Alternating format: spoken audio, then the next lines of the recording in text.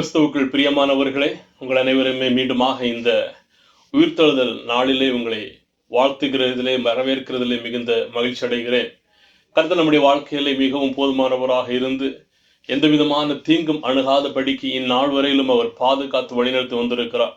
கடந்த 3 மாதங்கள் அநேக விதமான சோதனைகளை நாம் சந்தித்திருப்போம், அநேக விதமான வேதனைகளை சந்தித்திருப்போம். ஆனாலும் கர்த்தருடைய கிருபை, அவருடைய கரம் நம்மோடு கூட இருந்து இந்நாள் வரையிலும் வாழ வைத்திருக்கிறதற்காக நான் தேவனை ஸ்தோத்திரிக்கிறேன்.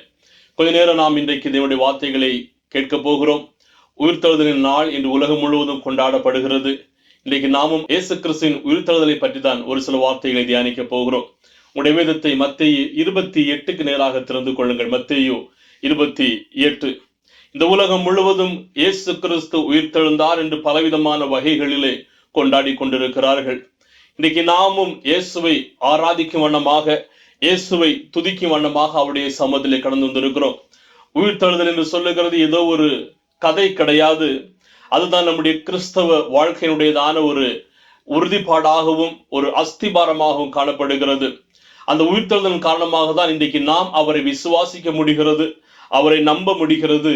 நம்முடைய தோல்விகளிலிருந்து தேவன் நமக்கு கொடுத்த வெற்றியை நாம் ருசித்து பார்க்க முடிந்திருக்கிறது. எனவே இந்த உயிர்த்தெழுதல் ஒரு கிறிஸ்தவனுடைய வாழ்க்கையில மிகவும் முக்கியமான பங்கு வகிக்கிறதாக இருக்கிறது. இன்றைய நாளிலே இயேசு கிறிஸ்து ஜீவிக்கிறதுனால் நம்முடைய நம்பிக்கை அது உயிர் பெற்றிருக்கிறது என்கிறதான தலைப்பிலே மத்தேயு 28 ஒரு சில வார்த்தைகளை நாம் தியானிக்க போகிறோம். நாம் கடந்த நாட்களிலே பார்த்தோம், இயேசு கிறிஸ்து அவர் பாடுகளையும் வேதனைகளையும் அனுபவித்து பொந்தியு பிலாத்துவினால் அந்த கல்வாரி சிலுவையின் அந்த தண்டனையை அவர் ஏற்றுக்கொண்டவராகவும் அந்த பாடுகளை அனுபவித்தாராகவும் காணப்பட்டார். சிலுவையிலே அவர் 7 விதமான வார்த்தைகளை பேசி தன்னுடைய ஜீவனை கடைசியில் விட்டார் என்று வேதத்திலே நாம் பார்த்தோம். அதற்கு அப்புறமாக அவர் மரித்ததற்கு அப்புறமாக இயேசு கிறிஸ்துவினுடைய சீஷர்களில், அதாவது ஸ்திரீகளில் ஒரு சில பேர் அவர் அருகிலே காணப்பட்டார்கள். அன்றைக்கு சாயங்கால வேளையிலே வேதம் சொல்லுகிறது, மத்தேயு 27 வசனம் 57 66 வரையிலும், அரமத்தியா ஊரை சேர்ந்ததான ஒரு ஐஸ்வர்யவான், அவருடைய பெயர் யோசேப்பு என்று காணப்படுகிறது. இந்த மனிதன் பிலாத்துவினிடத்திலே போய் இயேசுவின் சரீரத்தை கேட்டு வாங்கி தனக்கென்று தான் ஆயத்தப்படுத்தி வைத்திருந்ததான அந்த கல்லறையிலே இயேசுவை அடக்கம் பண்ணுகிறான். இந்த கல்லறையின் அருகிலே சேவகர்கள் காணப்படுகிறார்கள். இயேசுவை நேசித்ததான இயேசுவின் தாயாகிய மரியாளும் மற்ற மரியாளும் அந்த கல்லறையின் அருகிலே காணப்படுகிறார்கள். இப்போது இந்த சேவகர்களுக்கு ஒரு ஞாபகம் வருகிறது. இயேசு கிறிஸ்து அவர் இந்த உலகத்தில் ஜீவிக்கும் போது சொல்லி இருக்கிறார், அவர் மரித்து 3வது நாள் உயிர்த்தெழுவேன் என்று சொல்லி. இப்போது இவர்களுக்குள்ளதாக ஒரு சந்தேகம் வருகிறது. ஒருவேளை நாம் இந்த கல்லறையை சரியாக பத்திரப்படுத்தாவிட்டால் சீசர்கள் வந்து இயேசுவின் சரீரத்தை அவர்கள் திருடி கொண்டு செல்லலாம், 3வது நாளிலே இயேசு உயிர்த்தெழுந்தார் என்று சொல்லக்கூடும் என்று சொல்லி பிலாத்துவினிடத்திலே சொல்லி இப்போது அந்த கல்லறையை மிகவும் முத்திரை போட்டு பயங்கரமான பாதுகாப்போடு காணப்படுகிறார்கள். ஆனாலும் வேதம் நமக்கு கற்றுக் கொடுக்கிறது, எல்லாவற்றையும் தாண்டி இயேசு கிறிஸ்து சொன்னபடியே 3வது நாள் அவர் உயிர்த்தெழுந்தவராக காணப்படுகிறார். இப்போது இயேசு கிறிஸ்துவை அடக்கம் பண்ணினதற்கு அப்புறமாக இந்த மத தலைவர்கள், ஆலய குருக்கள், தலைவர்கள், அரசர்கள் என்று சொல்லி எல்லாருமாகவே ஒருவேளை சந்தோஷிக்கிறவர்களாக இருப்பார்கள். இயேசுடையதான அந்த வாழ்க்கை இதோடு கூட முடிந்து விட்டது என்று சொல்லி சீசர்கள் பயத்தினாலும் அங்கும் இங்குமாக சிதறி இருக்கிறார்கள். அவர்களுடைய நம்பிக்கை ஒருவேளை அற்றதான் நிலைமையிலே காணப்படுகிறார்கள். அப்படி இருக்கிறதான போதுதான் 3வது நாள் ஞாயிற்றுக்கிழமை காலையிலே மரணத்தையும் பாதாளத்தையும் ஜெயித்தவராக இயேசு அவர் உயிர்த்தெழுந்தவராக காணப்படுகிறார். 1வது வசனத்தை பாருங்கள். வசனம் 28 வசனம் 1. ஓய்வு நாள் முடிந்து வாரத்தின் 1ஆம் நாள் விடிந்து வருகையில் மகளதன்னாள் மரியாளும் மற்ற மரியாளும் கல்லறையை பார்க்க வந்தார்கள்.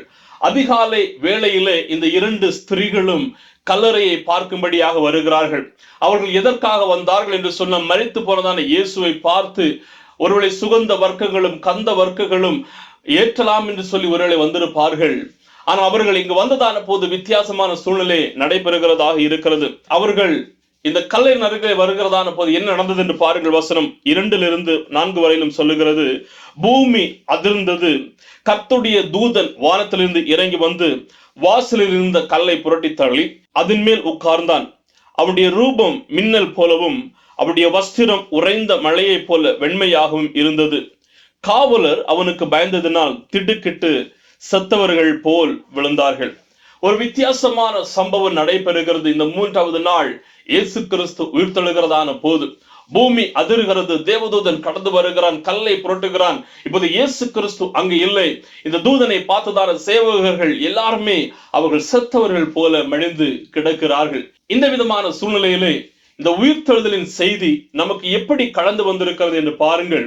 ஒரு 5 விதமான செய்தியை நாம் இதிலே பார்க்க முடியும். முதலாவது வசனம் 5 சொல்லுகிறது. வசனம் 5, தூதன் அந்த ஸ்திரீகளை நோக்கி, நீங்கள் பயப்படாதிருங்கள், சிலுவையில் அறையப்பட்ட இயேசுவை தேடுகிறீர்கள் என்று அறிவேன்.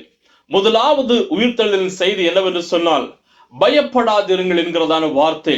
பிரியமான தேவ ஜனங்களை, இந்த உலகத்திலே வாழ்கிறதான எல்லா மனிதர்களையும் தாக்குகிறதான ஒரு சூழ்நிலை தான் இந்த பயம். இந்த பயம் ஒரு மனிதனை அழிக்கிறதாக இருக்கிறது. பயம் மனிதனுடைய வாழ்க்கையில கடந்து வருகிறதான போது ஒரு மனிதன் நம்பிக்கை இழக்கிறவனாக இருக்கிறான், தன்னுடைய வாழ்க்கையில சோர்வை பெற்றுக் கொள்ளுகிறவனாக இருக்கிறான். அவருடைய திடனை முழுவதுமாக இழந்து தன்னுடைய வாழ்க்கையின் ஒரு கீழான ஒரு விளிம்புக்கு நேராக அவன் கடந்து செல்கிறவனாக இருக்கிறான். ஒன்றை புரிந்து கொள்ளுங்கள், எல்லாருடைய வாழ்க்கையிலுமே பயம் வருகிறது. அந்த பயத்திலிருந்து நாம் மீண்டு வர வேண்டியது அவசியமானதாக இருக்கிறது. அநேக சூழ்நிலைகளை பார்த்து நாம் பயப்படுகிறோம், வியாதிகளை பார்த்து பயப்படுகிறோம், அநேக ஜனங்களை பார்த்து பயப்படுகிறோம், சில அதிகாரிகளை பார்த்து பயப்படுகிறோம், எக்ஸாமை குறித்து பயப்படுகிறோம், ஒரு வேலை செய்கிற இடத்திலே பயம் கடந்து வருகிறதாக இருக்கிறது. அப்படி பயம் நம்முடைய வாழ்க்கையிலே கடந்து வந்து ஒரு சாதாரணமான நிலைமையை அசாதாரணமான சூழ்நிலையாக நம்மை நினைக்க வைக்கிறது. ஆனால் இந்த உயிர்த்தெழுதல் அந்த பயங்களை மாற்றி ஒரு நம்பிக்கையை கொண்டு வந்ததாக நாம் பார்க்க முடியும். இவர்கள் எதை குறித்து பயந்திருப்பார்கள்? இந்த ஸ்திரீகள் அவர்கள் மரித்து போனதான இயேசுவை பார்க்கும்படியாக வருகிறார்கள். அந்த சூழ்நிலைகள் வித்தியாசமானதாக இருக்கிறது. ஒரு பயத்தை அவர்கள் நடுங்குகிறார். ஒருவேளை அவர்கள் இயேசு இல்லை என்று கூட அந்த பயத்தை, இயேசு கிறிஸ்து கல்லறையில் இல்லை, கல்லை புரட்டி தள்ளி இருக்கிறார்கள் என்கிறதை குறித்து பயந்திருப்பார்கள். இரண்டாவதாக இந்த தூதனை பார்த்து அவர்கள் நிச்சயமாகவே பயந்து ஒரு ஆச்சரியத்திற்குள்ளதாக காணப்பட்டிருக்க கூடும். சூழ்நிலைகள் எல்லாமே வித்தியாசமானதாக இருக்கிறது. இவர்களை பயம் தாக்குகிறது. தேவதூதன் அவர்களுக்கு சொல்லுகிறதான ஒரு வார்த்தை, பயப்படாதிருங்கள். பிரியமான தேவ ஜனங்களே, உங்களுடைய வாழ்க்கையில் நீங்கள் எதை குறித்து பயந்து கொண்டிருக்கிறீர்கள்? எந்த சூழ்நிலைகளை குறித்து பயந்து கொண்டிருக்கிறீர்கள்? எல்லா பயத்தையும் நீக்குகிறதற்கு போதுமானவர் இந்த உயிர்த்தெழுந்த இயேசுவாக காணப்படுகிறார். அவரையே நம்பி அவருடைய சமூகத்தில் கடந்து வருகிறதான போது பயத்தை முற்றிலுமாக மாற்றுகிற தேவனாக இருக்கிறார். இரண்டாவதாக பார்க்கிறதான போது உயிர்த்தெழுதலின் செய்தி என்னவென்று சொன்னால், அவர் சொன்னதை போல உயிர்த்தெழுந்தார். வசனம் 6 சொல்லுகிறது பாருங்கள், அவர் இங்கே இல்லை, தாம் சொன்னபடி உயிர்த்தெழுந்தார், கர்த்தரை வைத்த இடத்தை வந்து பாருங்கள் என்று இந்த தேவதூதன் இந்த ஸ்திரீகளுக்கு சொல்லுகிறதை நாம் பார்க்க முடியும். இதுதான் ஒரு முக்கியமான ஒரு ஸ்டேட்மெண்டாக நாம் பார்க்க முடியும். இயேசு கிறிஸ்து அவர் சொன்னதை போல அவர் 3வது நாளிலே உயிர்த்தெழுந்தார் என்கிறதான செய்தி. இயேசு கிறிஸ்து அவர் பொய் சொல்லுகிறவர் அல்ல, அவர் மனம் மாறுகிறவர் அல்ல, அவர் சொல்லுகிறதை நிறைவேற்றுகின்றதான தேவனாக காணப்படுகிறார். அதைதான் இந்த சீஷர்களுக்கு பல முறை இயேசு சொல்லி இருக்கிறார். பல சூழ்நிலைகளிலே இயேசு சொல்லி இருக்கிறார், நான் உங்களோடு கூட இன்னும் சிறிது காலம்தான் இருக்க போகிறேன், பாடுகளை அனுபவிக்க போகிறேன், இந்த உலகத்தை விட்டு கடந்து செல்ல போகிறேன், நான் கடந்து செல்வதற்கு அப்புறமாக பரிசுத்த ஆவியானவரை தேவன் அனுப்புவார் என்று சொல்லி. ஆனால் சீஷர்கள் அநேக வேளைகளிலே அதை புரிந்து கொள்ள முடியாத ஒரு சூழ்நிலை காணப்பட்டது. ஆனால் இயேசு அவர் சொன்னதை போல அவர் உயிர்த்தெழுந்ததான தேவனாக காணப்படுகிறார். இந்த உலகத்திலே அநேக ஜனங்கள் தாங்கள் தேவர்கள் என்று சொல்லி அவர்கள் காட்டுவார்கள். தான் இதை செய்திருக்கிறேன், அதை செய்திருக்கிறேன், என்னை நம்பி வாருங்கள், இது நடக்கும் அது நடக்கும் என்று சொல்லி. ஆனால் இயேசு கிறிஸ்து தன்னுடைய வாழ்க்கையை பற்றி அவர் சொல்லி இருக்கிறார், தன்னுடைய பாடு மரணங்களை பற்றி சொல்லி இருக்கிறார், அவருடைய உயிர்த்தெழுதலை பற்றியும் அவர் சொல்லி இருக்கிறார். எல்லாமே நிறைவேறினதாக காணப்படுகிறது. இயேசு கிறிஸ்துவினுடையதான உயிர்த்தெழுதல் ஏதோ ஒரு ஆச்சரியத்திற்குரியதான ஒரு நிகழ்வு கிடையாது. தீர்க்க தரிசனங்களில் நிறைவேற்றமாக காணப்படுகிறது.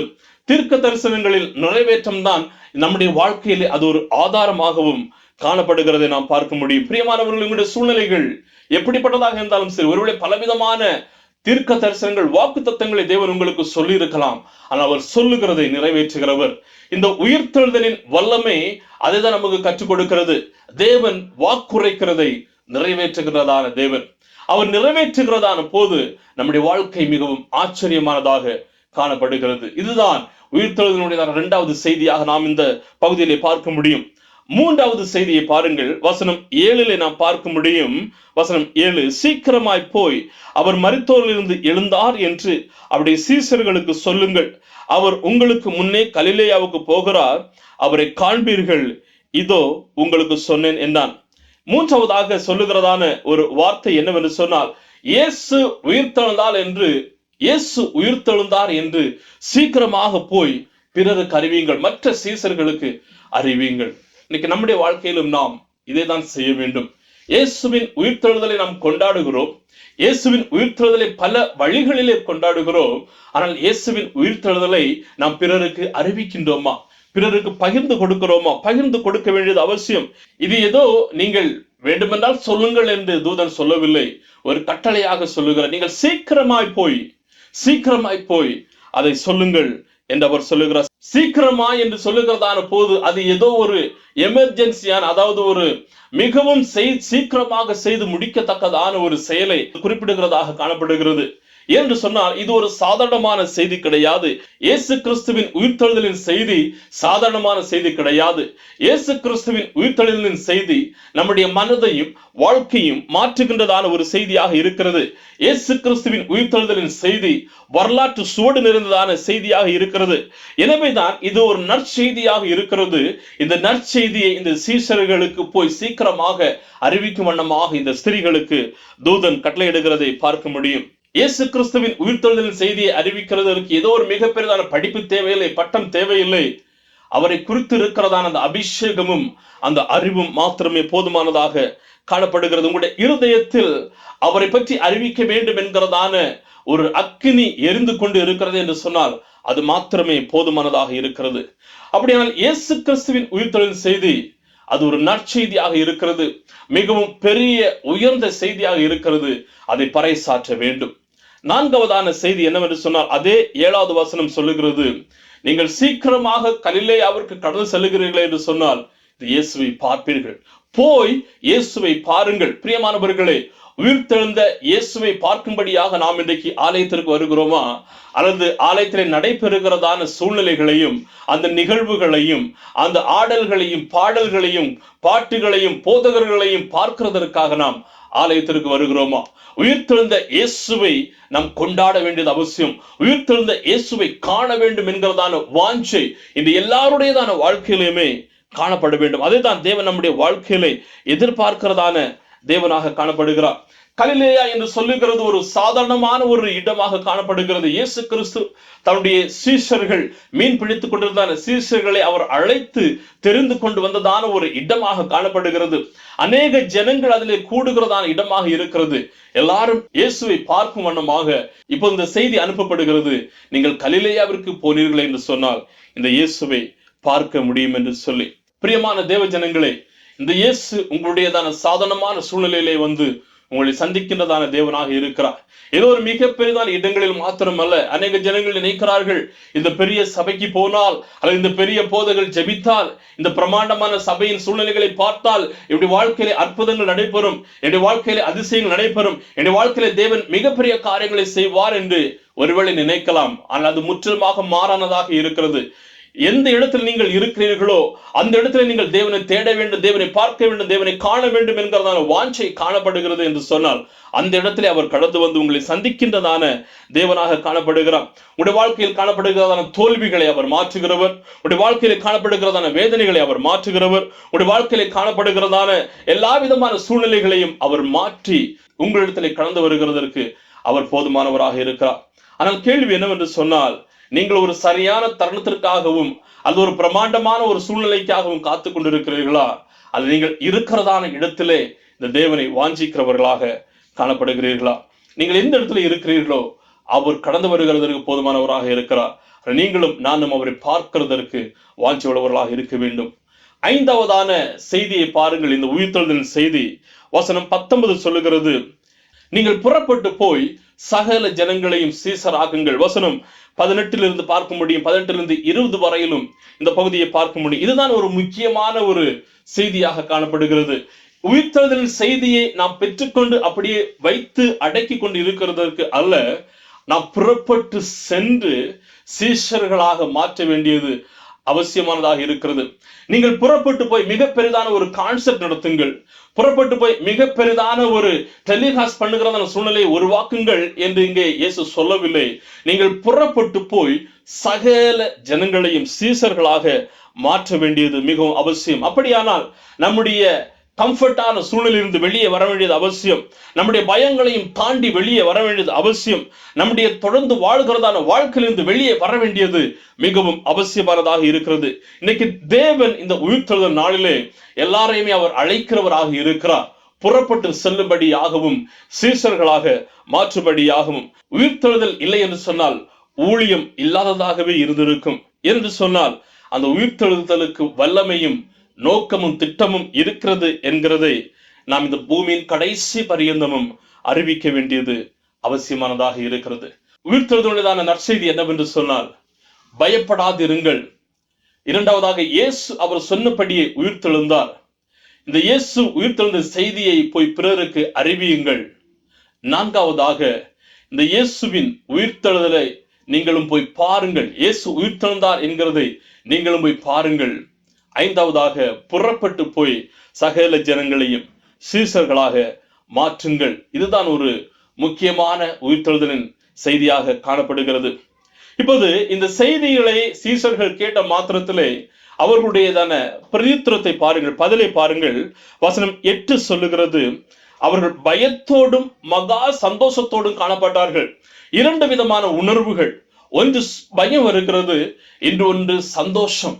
அதாவது சூழ்நிலைகளை பார்த்து அவர்கள் ஆச்சரியத்திலே சிறிது பயத்திலே காணப்படுகிறார்கள். அதே இடத்திலே இயேசு உயிர்த்தெழுந்தார் என்கிறதான சந்தோஷத்தையும் கொண்டு வந்ததாக காணப்படுகிறது. பிரியமானவர்கள், இந்த உயிர்த்தெழுதலின் செய்தி நமக்கு சந்தோஷத்தை கொடுக்கிறதாக இருக்கிறது. வசனம் 9 சொல்லுகிறது, இரண்டாவதாக அவர்கள் தேவனை ஆராதித்தார்கள். வசனம் 9 சொல்லுகிறது பாருங்கள், அவர்கள் போகிற போது இயேசு தாமே அவர்களுக்கு எதிர்பட்டு வாழ்க என்றார்.